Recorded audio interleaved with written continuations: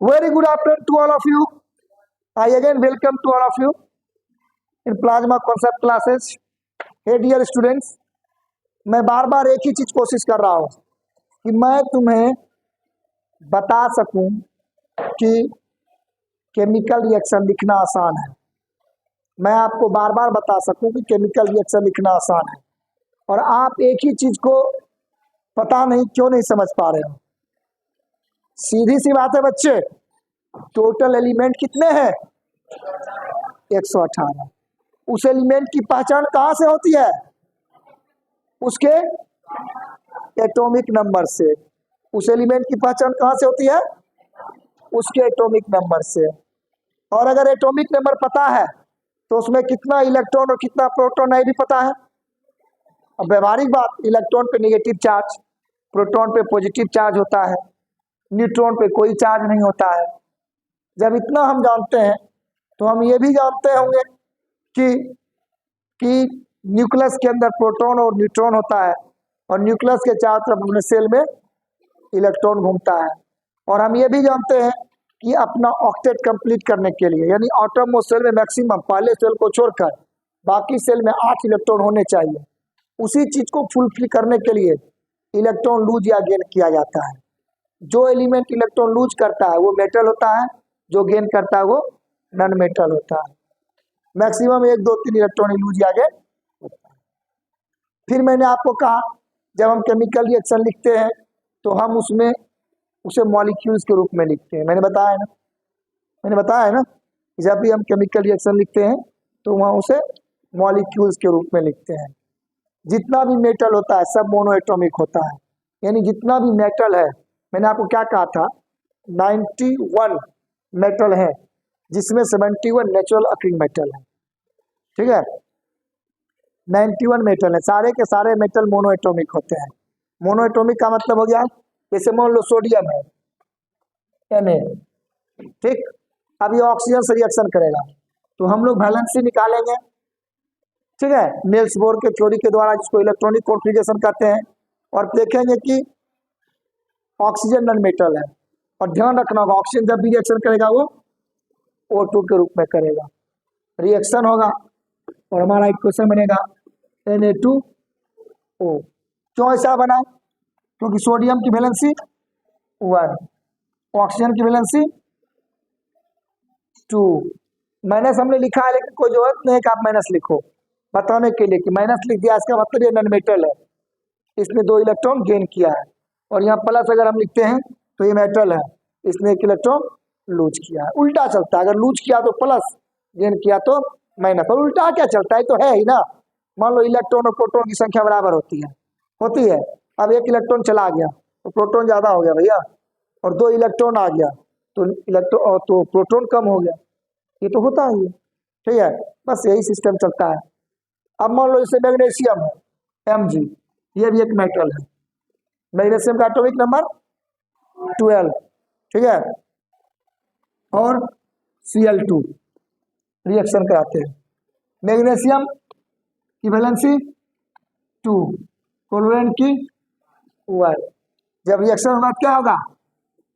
MgCl2, क्योंकि magnesium chlorine को दे दिया, क्लोरीन मैग्नीशियम से ले लिया। सिंपल सा कहानी है। मत बताओ, केमिकल रिएक्शन लिखना कोई बड़ी बात है? कुछ है? और जो इसे लिखना सीख गया वो कुछ बेसिक चीज भी सीख जाएगा। जैसे जितना भी मेटल है वो ऑक्सीजन से रिएक्ट कर कर मेटालिक ऑक्साइड बनाता है, और मेटालिक ऑक्साइड जो होता है वो बेसिक इन नेचर होता है। कैसा होता है? बेसिक इन नेचर होता है। और जितना भी नॉन मेटल है वो ऑक्सीजन से रिएक्ट करके नॉन मेटालिक ऑक्साइड बनाता है, और नॉन मेटालिक ऑक्साइड जो होता है वो एसिडिक इन नेचर होता है। यानी आप देखोगे तो तुम्हें बेस और एसिड का आइडिया आ गया। बेस जब भी बनेगा मेटल से, और एसिड जब भी बनेगा नॉन मेटल से। और तुमको अब पता है 118 एलिमेंट है, उसी में मेटल और नॉन मेटल होता है। और एक और होता है मेटल वाइट्स, जिसकी प्रॉपर्टी मेटल और नॉन मेटल के बीच में होती है। मेटल वाइट्स तो याद ही होगा, silicon atomic number 14, arsenic, germanium, ये सब क्या है? एंटीमनी, ये सब क्या है? ये सब मेटल वर्ड्स है, ये सब क्या है, मेटल वर्ड्स है। तो तुम्हें नहीं लगता है कि केमिकल रिएक्शन लिखना आसान है?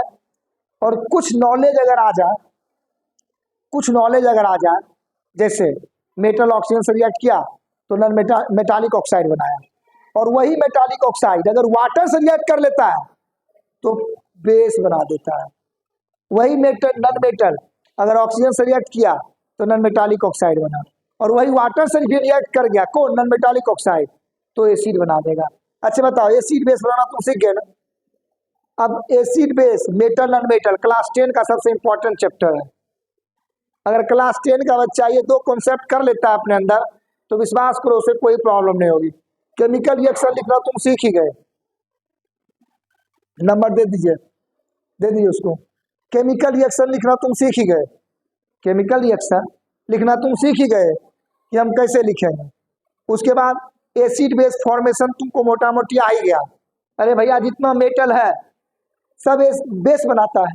अब मेटल कैसा कौन है याद करेंगे, 1 से 30 का एटॉमिक नंबर रख लेते हैं, 1 से 30 के बीच का एटॉमिक नंबर रख लेते हैं, और फिर सबका इलेक्ट्रॉनिक कॉन्फ़िगरेशन बनाते हैं, ठीक है, वही इलेक्ट्रॉन प्रोटॉन न्यूट्रॉन वाला।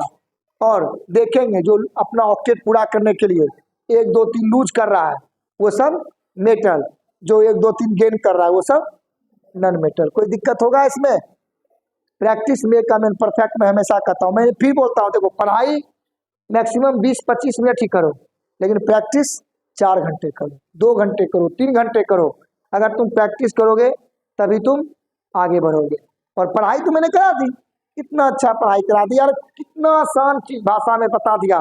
घर जाकर जो बच्चे यहाँ बैठे हैं, अभी 100 बच्चे बैठे हुए हैं, आप सब बच्चे मेरे यूट्यूब चैनल को भी देखोगे दोबारा से, ठीक है। और जो बच्चे यहाँ नहीं बैठे हुए हैं वो बच्चे भी जाकर यूट्यूब पर देखेंगे, मैं सारे ग्रुप्स में हर जगह इसको दे रहा हूँ। आप घर में भी मेरे वीडियोज को सुनना, देखना कितना आसान हो जाता है केमिस्ट्री। और फिजिक्स तो इससे भी आसान हो जाएगा, और मैथ इससे भी आसान हो जाएगा। बस चैनल को लाइक सब्सक्राइब करना मत भूलो, जल्दी से जल्दी लाइक सब्सक्राइब करो। अभी रुको, अभी क्लास चलेगा भाई, अभी तो पार्टी शुरू हुई है, कहाँ तुम बीच में आ गया।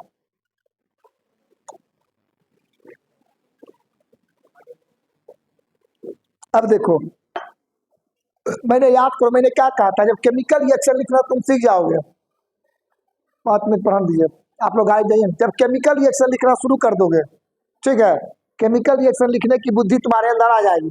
तो मैंने तुम्हें कहा था कि केमिकल रिएक्शन 3 तरह से लिखा जाता है, वर्ड वर्ड में।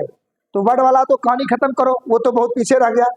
फिर स्केलेटल, स्केलेटल में सिंबॉलिक फॉर्म में लिख देंगे, अभी जो हम लिखे सब स्केलेटल फॉर्म में लिखे हैं, और एक होता है बैलेंस फॉर्म में। तो हमें बैलेंसिंग सीखनी है। मैंने बार बार कहा, जब भी हम बैलेंसिंग करते हैं, जब भी हम बैलेंस करते हैं, जब भी रिएक्शन को बैलेंस करते हैं, तो हमेशा ध्यान रखना मॉलिक्यूल्स चेंज तुम नहीं कर सकते हो। जैसे 2O है और O2 है, ठीक है, हम 3O लिख सकते हैं, लेकिन अपने मन से O3 नहीं लिखेंगे, हालांकि O3 होता है। O3 ओजोन, ओजोन लेयर है ना, ओजोन लेयर जो अल्ट्रावायलेट रे को रोकता है, उसका फॉर्मूला O3 ही होता है। ऐसे वो का एक फॉर्मूला और होता है इस तरह से, नेसेंट ऑक्सीजन, ये शुद्ध ऑक्सीजन होता है, नेसेंट ऑक्सीजन जो पेशेंट को दिया जाता है ना सिलेंडर में भर के, यही ऑक्सीजन दिया जाता है, इसको नेसेंट ऑक्सीजन कहते हैं। इसका सिंबल इसी तरह से होता है, ब्रैकेट के अंदर लिख के, ठीक है। O2 oxygen gas, O3 ozone layer. लेकिन कभी भी जब केमिकल रिएक्शन लिखा हुआ, मान लो यहाँ पे MgCl2 लिखा हुआ है ना, इसको Cl3 तुम नहीं कर सकते हो, Cl3 नहीं कर सकते हो, ये गलत हो जाएगा। ये Cl2 है तो Cl2 ही रहेगा। तुम क्या कर सकते हो, मैंने क्या कहा था, बैलेंसिंग करने के लिए एंटोनियो लेवोजियर ने क्या कहा था, कौन, conservation of mass, chemical reaction का कंजर्वेशन ऑफ मास, ठीक है।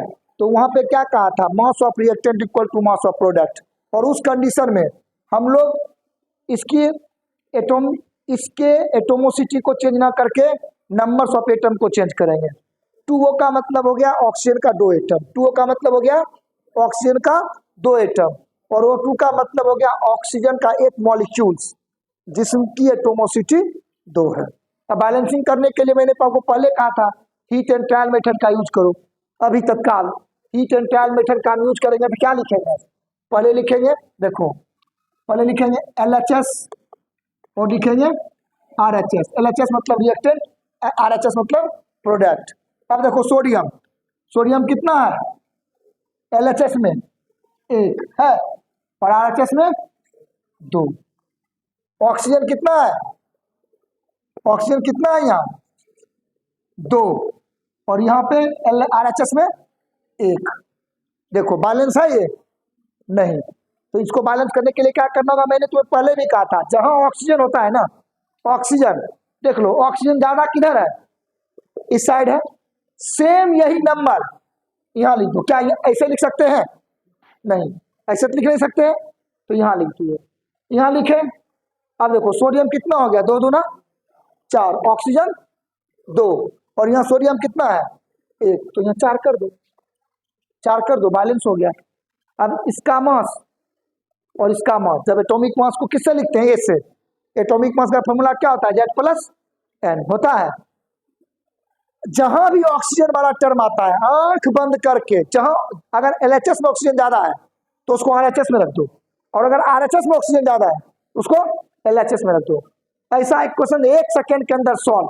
यहाँ देखो क्लोरीन, यहाँ कितना है 2 और इधर ये तो बैलेंस है, ये तो बैलेंस ही है, ये तो बैलेंस ही है ना, ये बैलेंस है, ठीक है, ये बैलेंस है।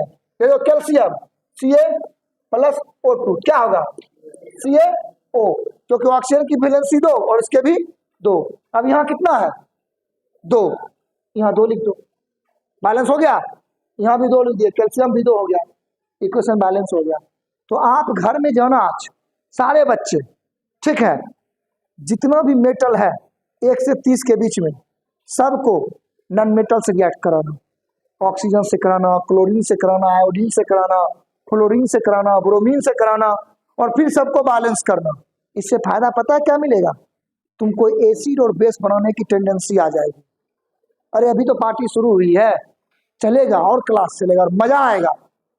तुम इतना तो करो, गलत होता है तो होने दो, लेकिन प्रैक्टिस करो, प्रैक्टिस करो, practice make a man perfect. What are you doing दीदी, यू जस्ट दैट्स ओके। ये हमारी दीदी थी, आप लोग देख लीजिए, बहुत मेहनती है, हम लोगों के लिए बहुत काम करती है, ठीक है। तो आप लोग इसे देख के अपसेट ना होइए, ये हमारे लिए खुशी की बात है, हमें इनका सम्मान करना चाहिए, ठीक है। तो ये सारी चीजें आपको होना है, तो आप घर में जाकर ये कवाज करोगे ना, करना होगा, करोगे, चलो ठीक है, बैलेंसिंग फिर सीख जाओगे बच्चे, अदरवाइज दिक्कत होगा। चलिए, thank you, have a nice day.